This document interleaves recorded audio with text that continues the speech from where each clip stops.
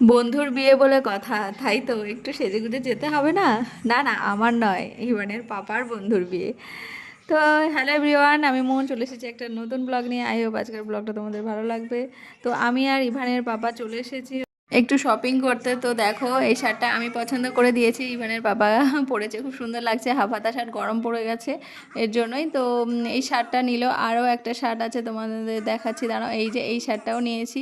দেন আমরা ওখান থেকে শপিং করে তাড়াতাড়ি বাড়ি চলে এসেছি। প্রায় রাত অনেক হয়ে গেছিলো। মা খুব রাগারাগি করছিল যে এত রাত হয়ে গেছে, আর যাবো না, তোরা যা, আমি যাবো না। আমি বললাম না মা চলো। তা আমি আর সেভাবে রেডি হতে পারিনি, শুধু চুড়িদারটা পরে চলে এসেছি বিয়ে বাড়িতে, দেখো।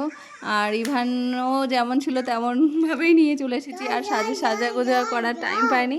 দেন এসে দেখি প্রচুর প্রচুর ভিড়।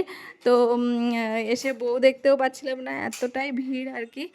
তারপরে এদিকে খিদেও পেয়ে গেছিলো, মার বেশি খিদে পেয়েছিলো। মা 9:30টার মধ্যে খাওয়া দাওয়া করে আর কি শুয়ে পড়ে 10টার মধ্যে। মার খেতেও দেরি হয়ে গেছিলো, কারণ আমাদের জন্যই দেরি হয়েছে, আমরা একটু কেনাকাটি করতে গেছিলাম এর কারণেই।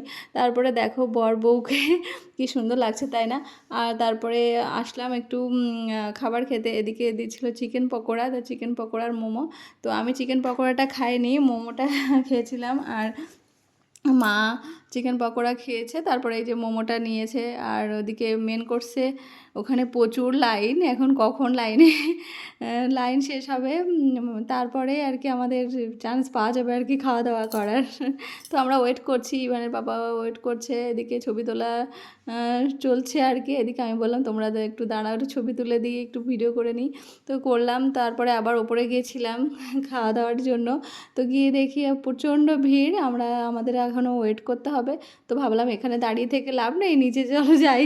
লজ্জা লাগছিল খুব যে খাবারের জন্য কি ওয়েট করে এইভাবে। কিন্তু অনেক রাত হয়ে গেছিলো, কিন্তু ভিড়ও কমছে না, আমরা দেরি করে গেছি, তো কোনো রকম খাওয়া দাওয়া করে চলে আসবো। তো তারপর নিচে আসলাম, মা বললো ফুচকা খাই চলো। তারপরে আমি বললাম যে চলো খাই, অনেক টাইম হয়ে গেছে, খিদেও পেয়েছে। তো আমি 2টোর বেশি ফুচকা খাইনি, 2টো ফুচকা খেয়েছি। দেন পরে ভাবছি যে আমি তো আর এত রাত হয়ে গেছে, ফুচকা বেশি খাবো না, গ্যাস হয়ে যাবে। তো তাও খেয়েছি 2টো। তো বেশ ভালোই লাগছিলো, মনে হয় যেন আরও খাই আরও খাই। ফুচকা এমনই জিনিস, মানে 2টো খেলে আরও মনে হয় আরও বেশি করে খাই। তো দেন শেষমেশ আমাদের অপেক্ষার অবসান ঘটলো, সিট পেলাম বসার। তো এই যে আমরা বসেছি, তারপরে প্লেট দিয়ে গেছে, কলা পাতা দিয়ে গেছে, এখানে শসা, আর দিয়েছে যে পনিরের একটা পকোড়া টাইপের, খুব সুন্দর খেতে। এর আগেও অনেকবার খেয়েছি, খুব ভালো লাগে। এটা গরম গরম খেতে ভালো লাগে। কিন্তু আমরা খাচ্ছি এখন কটা জানো, রাত 11:30। তো 11:30টার সময় বসলে তো ঠান্ডা হবেই, তাই না? অ্যাকচুয়ালি আমরা মানে সুযোগই পাইনি, এত ভিড় ছিল না।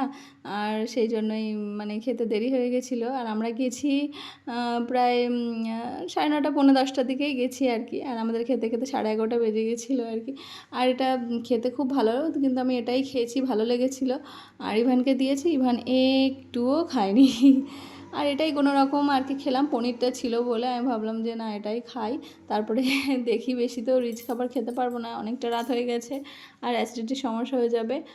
আর মেন কথা হচ্ছে আবার যেদিন বিয়েবাড়ি থাকে সেদিন শপিং করতে গেলে ভীষণই সমস্যা হয়, কারণ গিয়ে ওখান থেকে আসা আবার রেডি হওয়া।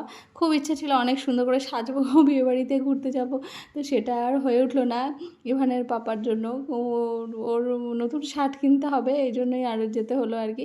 তো যাই হোক, আগের দিন গিয়েছিলাম শার্ট কিনতে, সময় পাইনি, সময়ের জন্য আর কি হয়ে ওঠেনি। আর ইভানের পাপাও একা ঠিকঠাক করে পছন্দ করে কিনতে পারে না, এর কারণেই আমাকেই যেতে হবে।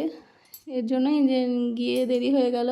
আর তারপরে ভাবলাম যে মা যাবে না আমি না গেলে, সেই জন্যই আর কি আমি ভাবলাম যাওয়াটাই আগে দরকার। মা না গেলে আমি তো যাবই না, এর জন্যে। তো যাই হোক, আমরা গিয়ে ভালোই হয়েছে, ভালোই লাগছে, খাওয়া দাওয়ারও বেশ ভালো ছিল।